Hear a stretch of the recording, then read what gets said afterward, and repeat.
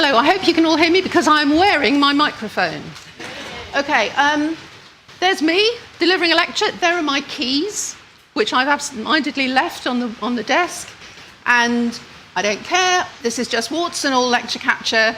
I just do my lecture and it gets captured. I didn't do anything more complicated than that, and I'm just going to talk to you about what my experience has been of doing my very first course completely lecture captured, and then actually how I was able to persuade the entire School of Physics to take this up.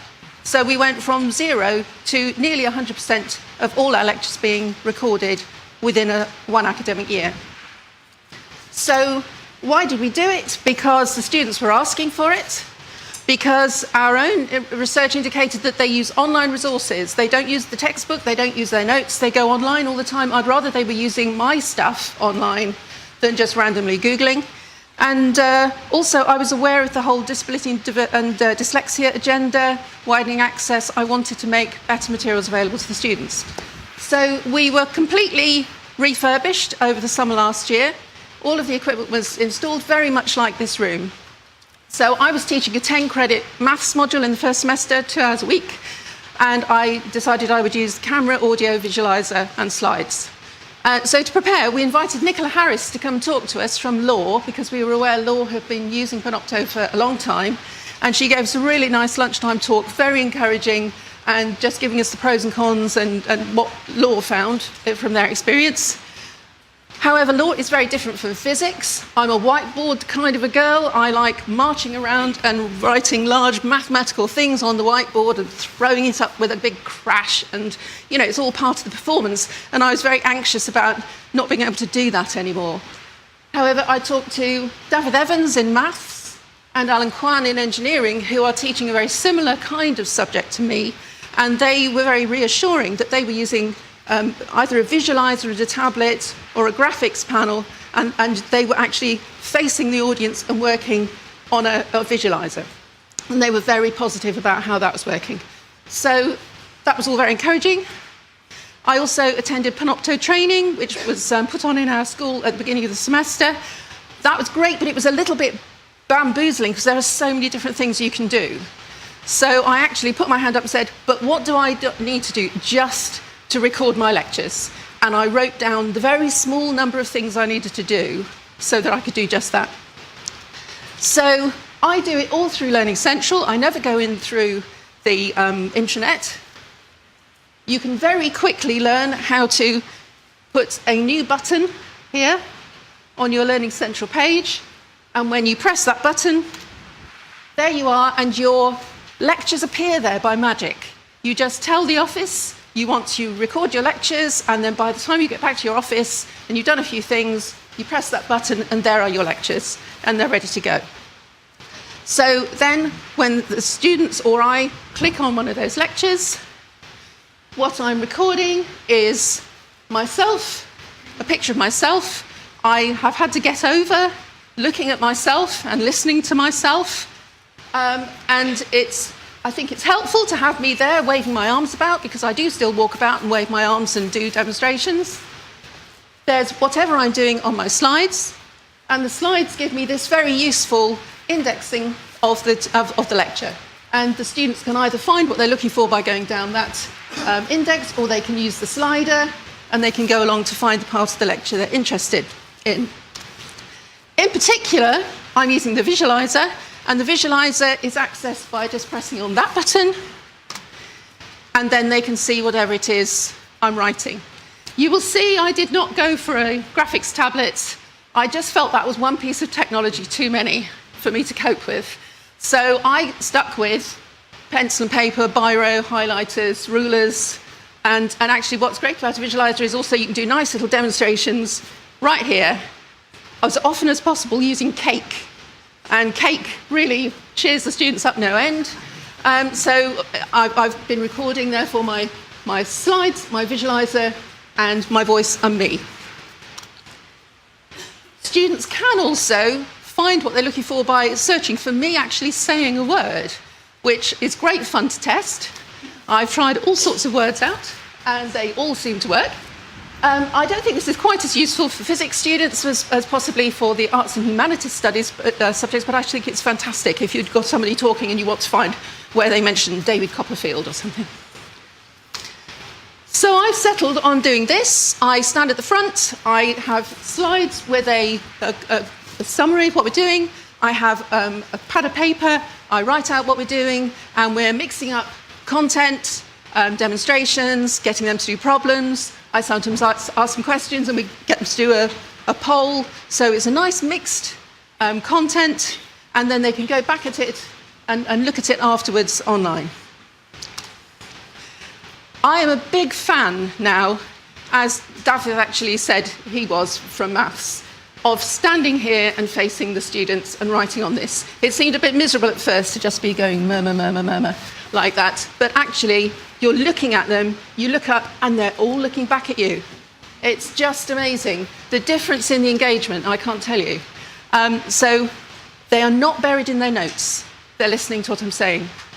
I really, really recommend it. This is a huge hit with students. So here are some of the statistics. This graph shows you, this is the course, the lecture I gave on the 21st of November, and this is showing you how many students looked at the lecture per week. And so you can see the first week, when it was first went online, is the week that they looked at it the most. So we've had 591 minutes looked at that week, 50 odd views and 32 individual students looking at it. They then looked at it a bit more the following week when they're doing the coursework. Some of them looked at it over Christmas, and then revision period bulge as well. And this peak here, many students look at it the same day. They look at it that evening when they're just going through their notes and checking a few things. So it really is important to upload it straight away. And the feedback from the students was extremely positive. It's not just that students can look at a whole lecture if they miss one. It's this going in and looking at that key bit that they didn't quite catch and watching it again, possibly several times. And you see one of the people said this is a student who went to every lecture but still liked being able to go and look at points that weren't quite clear.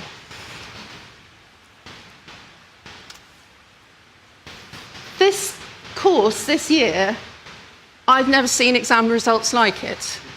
That graph I'm showing you along the x-axis is the exam results. So going from just at, 44, I think was the lowest mark, up to many marks in the 80s and 90s. That is a good 10 to 15% higher than I would normally expect.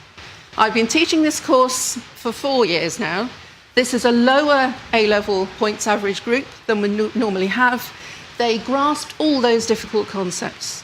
I know from looking at the exam, it was a tough exam. One of my reviewers internally said they didn't think one of the questions could be done by any of the students, and a lot of them did it. They just absolutely nailed the difficult concepts. But you will see that not all of the students used the resources. This is showing exam marks along the bottom and number of minutes of Panopto footage viewed on the y-axis. The highest scoring student, top right-hand dot, he did actually look at lots of Panopto footage, but then a lot of the others who did very well, they didn't. So this is a resource that it's not correlated, the exam performance is not correlated with how many minutes they viewed, it's just something they use or don't use. But I think the confidence they had that they could look at anything they didn't quite understand, and the fact that it made them engage with the lectures may well be one of the things that's really helped here. So my tips with Panopto would be, don't overcomplicate it, just plunge in, just do what you normally do, leave your keys on the desk, it doesn't matter, just do it, and upload to Learning Central the same day. Use the microphone, otherwise it won't record your voice. Make sure you show the students how to use it, how to do that indexing, how to switch the camera on so they can look at what's on the visualizer. And I strongly recommend, if you are somebody who does a subject where you're using the whiteboard, I strongly recommend you go over to the visualizer, because you really can't capture what's on the whiteboard very well. And also, if there's a camera breakdown, and we did have a couple of those, if you've got what you wrote on paper, you can always photocopy it, make it into a PDF and give it to them. So it's a backup. So by halfway through the semester, all of the students who weren't having lectures recorded were getting quite cross. And it became clear that they really did want us to start recording more lectures. So I emailed all the staff who were going to be teaching the following semester and said, come and watch me do what I do to upload the lecture to Learning Central, and you'll see how easy it is. And they came and they watched me in real time just show them that my lecture had just arrived on Learning Central, and I just pressed a couple of buttons and up it went. I did a Panopto in 5 minutes guide, which looks like this. And it's literally 3 pages with mainly just sort of screen grabs saying, press this, do that. And that's all they needed to know. So they could go away and get themselves up and running. And then I just supported them and slightly nagged for the first 3 weeks of the next semester by just checking whose lectures were actually up, and if they weren't, going and seeing them, saying, is there a problem, can I help? And also, if I couldn't hear what they were saying to them, would you please use the microphone? So by the end of the first 3 weeks or so, all of our first and second year modules and most of the year 3 and 4 modules fully recorded. And in fact, we also kitted up another room that didn't have a camera, and we just hooked up a webcam so we could record in that room as well. So there are only a couple of really outstanding issues I'd just like to raise. It would be very helpful, I think, to have a formal agreement with the students that they must not upload material to the internet. I know they shouldn't be able to, technically, but actually, of course, they can if they want to. So I think it would be helpful to have some firm guidelines on that. And also, I know some staff are anxious about their recordings being viewed and used for disciplinary purposes or performance management. It would be useful if that position could be clarified. We include this in our open day presentations now. It absolutely blows the parents and students away. We seem to be well ahead of other departments, and this is a great marketing tool. The Institute of Physics have told me they don't know anyone else who's doing as much as we are. So, yeah, that's really good news. E-assessment, just to add on, just to finish up, I did also with this course replace 4 out of our 10 weekly assessments with online assessments. This is trying to protect ourselves from not being allowed to do weekly assessments anymore. We find them a very good way of just getting the students to engage with material, just small assessments every week that is adding up to give them a little bit of a buffer for the exam, but we are, there's pressure on us to stop doing it. So I made 4 of the assessments, e-assessments on Learning Central. This is very nicely set up so that you can have multiple versions of each question, so no students get the same set of questions as any other student. So it's not plagiarizable. It really isn't. I think it's a very powerful little tool in there. I can also, although it took me a while to set it up, I can just reuse all those tests this coming year without doing anything else. The students get instant feedback. They get their mark and their feedback straight away. The results go straight onto Learning Central, onto the Grade Centre. I can go through all of the individual responses and find out which questions they were consistently getting wrong, which is really helpful. And as well as just doing sort of calculation type easy questions, I also have a few that are really trying to probe them and just say, what have you just calculated? Explain in words what you just calculated, that sort of thing. So this worked very well, and what in particular I noticed, this was a class of 120, and this is just showing you how many didn't do the coursework from weeks 1 to 10. And you see the 4 weeks when it was online, I mean, week 6, only 2 students didn't do the coursework, which is really impressive, because usually by 6 they're getting a bit jaded and not turning up and starting to become less engaged. So they like doing it. It's much easier for them to do it. They don't have to write it out. They don't have to post it anywhere. So this really, I thought that was quite interesting. It reduced the load on our markers considerably, so they were then able to give more time and put more effort into doing the assessment and feedback on the written problem sheets. And of course, it completely solves problems with deadlines and late submissions, etc. So that was upfront considerably a considerable amount of effort, to put it that, I must say. But, and you can only test a certain sort of thing. It's basically basic skills practice. I mean, I'd say to them, this is like going to the gym or doing your scales on a piano. You're just practicing the basic skills. but then when you do the problem solving, we need it to be written on paper and to have a human actually marking it. But it is up and running now and going to be quite easy to repeat for future years. Students, when I say students are equally split in either liking or not liking the questions, I mean of the students who commented, not that 50% don't like them. About, I don't know, half a dozen commented on the online assessment, and some of them said, I don't like that, and some of them said they did like it. But overall, it's been very positive, and I think it's helped to keep the students engaged right up until the end of that particular module. And it may well also have contributed to their fantastic performance in the exam.